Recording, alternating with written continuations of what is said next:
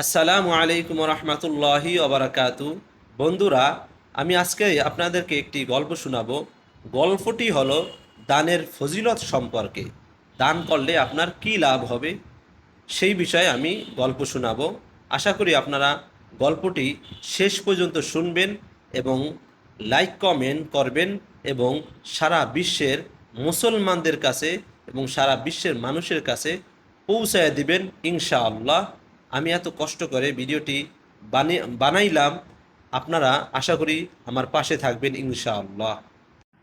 মদিনার এক গরিব মানুষ সারা দিন খেটে এক মুঠো আটা জোগাড় করল। স্ত্রী তা দিয়ে মাত্র 2টি রুটি বানালো। তিনি রুটি নিয়ে মসজিদে যাচ্ছিলেন ইফতারের জন্য। পথে এক বৃদ্ধ ভিক্ষুক বলল, হে ভাই, সারা দিন কিছু খাইনি, আল্লাহর নামে কিছু দাও। মানুষটি বিনা দ্বিধায় একটি রুটি দিয়ে দিলেন।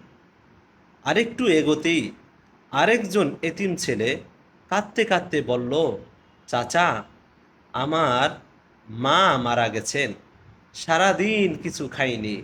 তিনি আরেকটি রুটিও দিয়ে দিলেন। এবার হাতে কিছুই রইল না, কিন্তু মনে শান্তি এলো। সেদিন সন্ধ্যায় তিনি খালি পেটে ইফতার করলেন। রাতে স্বপ্নে রাসূল সাল্লাল্লাহু আলাইহি সাল্লাম তাকে বললেন, তুমি আজ তোমার 2 রুটি দিয়ে জান্নাতের 2টি দরজা খুলে ফেলছো। এই ঘটনা থেকে আমরা শিক্ষা নিলাম যে দানের কখনো দারিদ্র্য আসে না, বরং আল্লাহ তাআলা দানকারীর রিজিক ও মর্যাদা বাড়িয়ে দেন। সুবহানাল্লাহ। অথচ আমরা দান করতে চাই না, মানুষকে দান শ্রদ্ধা করতে চাই। প্রিয় বন্ধুরা, আমরা বেশি বেশি দান করব। দান করলে আল্লাহ তাআলা রিজিক বাড়ায় দেয় এবং আপনাকে সম্মানিত করেন এবং আপনার দুনিয়াতে যে অনেক ধরনের বালা মুসিবত আছে, ওই বালা মুসিবতগুলো আল্লাহ তাআলা এই দানের পরিবর্তে, দানের মাধ্যমে আপনার এই বালা মুসিবত দূর করেন। সুবহানাল্লাহ।